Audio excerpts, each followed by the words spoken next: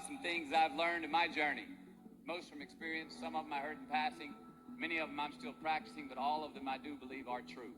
Life is not easy. It is not. Don't try to make it that way. Life's not fair. It never was. It isn't now, and it won't ever be. Do not fall into the trap, the entitlement trap, of feeling like you're a victim.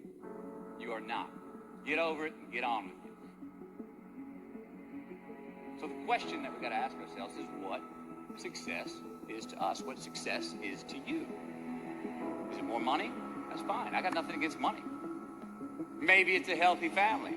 Maybe it's a happy marriage. Maybe it's to help others, to be famous, to be spiritually sound, to leave the world a little bit better place than you found it. Continue to ask yourself that question.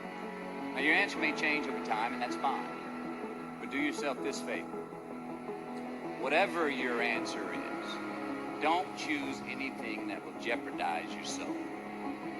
Prioritize who you are, who you want to be, and don't spend time with anything that antagonizes your character. Be brave, take the hill, but first answer that question, what's my hill? So first, we have to define success for ourselves. And then, we have to put in the work to maintain it. Take that daily tally. Tend our garden. Keep the things that are important to us in good shape.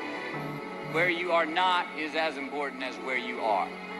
It is just as important where we are not as it is where we are.